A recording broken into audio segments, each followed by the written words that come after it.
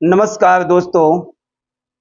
आज हम डिस्कशन करेंगे सप्तम भाव के विषय में। और जब हम सप्तम भाव के विषय में बात करते हैं तो पत्नी का और अपोजिट रिलेशनशिप का संबंध तो स्वाभाविक आता है। जब स्पाउस की बात कोई होती है तो उसमें हमारे जीवन में गहरा संबंध जुड़ता है। यदि आपके सप्तम भाव में बृहस्पति और शनि की युति है या आपस में बृहस्पति और शनि की दृष्टि है तो बहुत गहरे संबंध आपके बनते हैं। जीवन में आपके स्टार्टिंग में तो देखना थोड़ा सा रिलेशनशिप में उतार चढ़ाव होगा 5 साल तक। 5 वर्ष के बाद आपस में धीरे धीरे इतने गहरे संबंध बन जाएंगे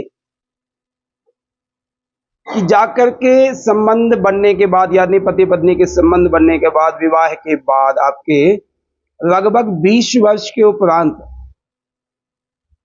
आपके जीवन में ऐसी आपस में इतने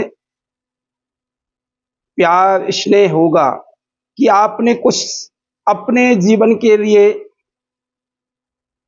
ऐसी बातें आप करने लग जाएंगे कि यार हमें साधना करनी चाहिए।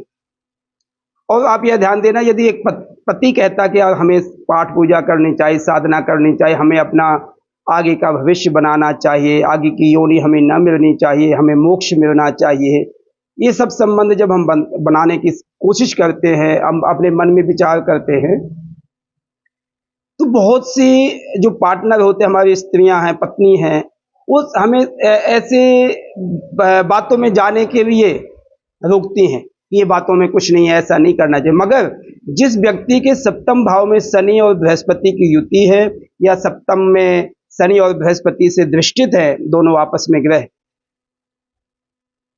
तो पति पत्नी का इतना अच्छा संबंध बनता है और धीरे धीरे साधना में लुप्त हो जाते हैं।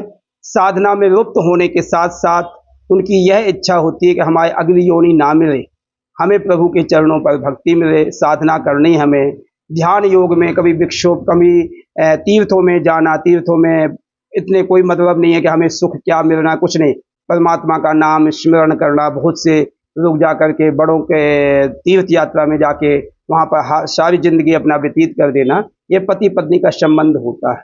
यह पति पत्नी का संबंध आपने सप्तम भाव से देखा। धन्यवाद।